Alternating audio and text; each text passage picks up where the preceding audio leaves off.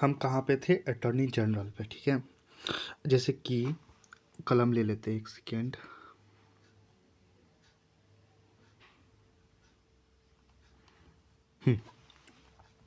जैसे कि attorney general,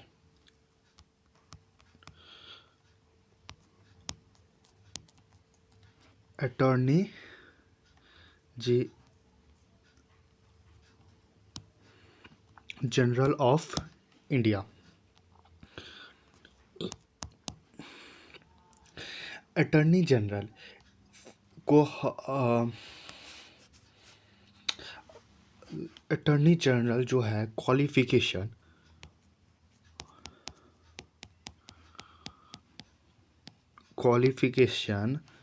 must, ये है ना attorney general AG, short form लिखते हैं, जो है ना इंडिया का मेंबर होना चाहिए। ठीक है, इंडिया का जो है ना मेंबर होना चाहिए।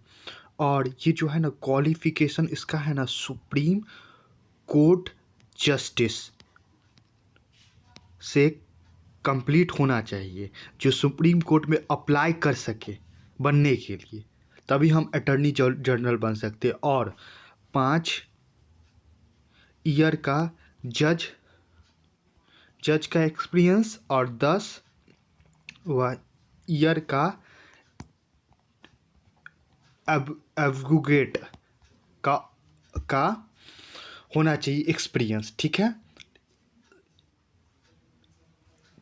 Next slide. जो है ना अटॉर्नी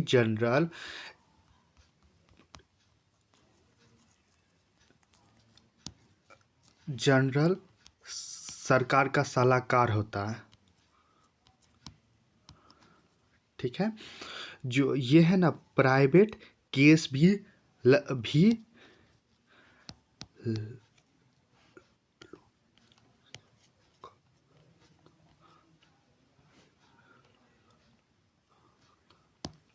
ये प्राइवेट केस भी लड़ सकता है, मगर इसको है ना एक आदेश लेना पड़ेगा, एक आदमी से आदेश लेना पड़ेगा, जो अपना इंडिया का जो प्रेसिडेंट है, उस प्रेसिडेंट से कहना पड़ेगा, मालिक मालिक मुझे है ना प्राइवेट केस लेना है मालिक। तो प्रेसिडेंट आदेश दे दिया तो ये प्राइवेट केस लड़ सकता है। लेकिन इसमें जो है ना एक गवर्नमेंट का जो है ना इनमें इन्वॉल्व नहीं होना चाहिए। केस में एगो केस जैसे लिया तो गवर्नमेंट इन्वॉल्व ना हो। ठीक है, जैसे कि कोई गवर्नमेंट का केस चल रहा है, तो गवर्नमेंट का केस चल रहा है तो वो केस में एंट्री नहीं कर सकता, लेकिन वो प्राइवेट अलग से ले सकता है। Next slide. इसको जो है ना सैलरी सैलरी सैलरी प्रेसिडेंट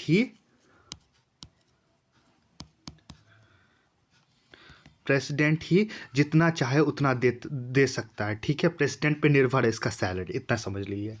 और फिर जो है ना इसको है ना अटॉर्नी जनरल को है ना निकालना है। अटॉर्नी जनरल को किसी को रिज़ाइन देना है, जैसे कि हमको अब नहीं काम करना है, रिज़ाइन देना है, तो ये किसको रिज़ाइन देगा? ये सिर्फ प्रेसिडेंट को देगा, क्योंकि इसके आसपास अटॉर्नी जनरल हमेशा प्रेसिडेंट ही रहेगा। ठीक है, रिज़ाइन दे या कुछ करे, सैलरी सैलरी बढ़ाए या कम करे सैलरी, इसका सबका लेखा जोखा प्रेसिडेंट रहेगा। ठीक है, नेक्स्ट स्लाइड।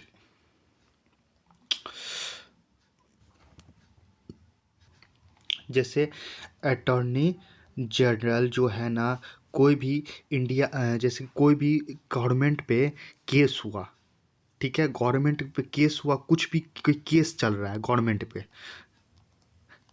केस, ठीक है, तो अटॉर्नी जनरल को है ना रिस्पॉन्सिबल होगा कि उस केस के बारे में जाने का, वहाँ देखने का। गवर्नमेंट का नहीं जाएगा अभी तो चलेगा, लेकिन अटॉर्नी जनरल को कंपलसरी है वहाँ जाके सब कुछ चेक करना। ठीक है, और जो है ना अटॉर्नी जनरल जो है और राइट टू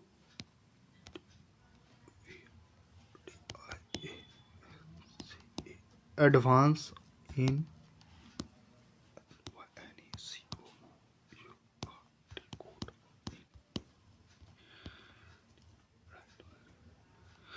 अटॉर्नी जनरल के पास ये अधिकार है कि वो कोई सा भी कोर्ट में जाके देख सकता है, सब कुछ कर सकता है, कोई भी कोर्ट में जाके एडवाइस वेडवाइस दे सकता है, ये अटॉर्नी जनरल का है right. Next slide. Attorney general can not be participate for voting. Attorney general के पास है ना नो वोटिंग राइट, ठीक है। अटॉर्नी जनरल के पास नो वोटिंग राइट, और एक और not a member of the central C cabinet ये है ना, कैबिनेट है CABINET कैबिनेट, ठीक है। और जो है ना not a full time government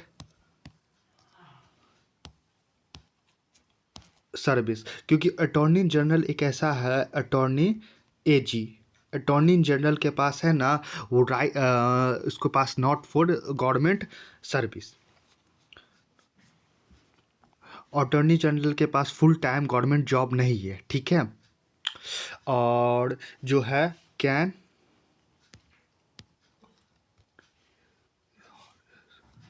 participate private law, ये है ना प्राइवेट लॉ में पार्टिसिपेट कर सकते हैं, जैसे कि ये हो गया वर्क, काम के बारे में बताए हैं, ये सब इसका अटॉर्नी जनरल का काम है, ठीक है। Next slide. जैसे कोई जैसे first law of attorney general, हम अगला वीडियो में बोले थे कि कौन है फर्स्ट लॉ, MC सेटल जनवरी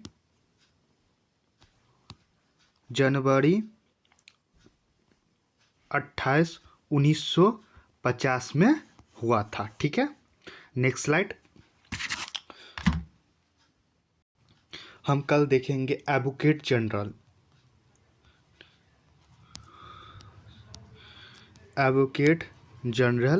जैसे कि वो हुआ, ये सब जो है ना एडवोकेट जनरल ये हुआ स्टेट के लिए, और अटॉर्नी जनरल हुआ वो हो गया सेंट्रल, ठीक है। चलिए अब हम कल देखेंगे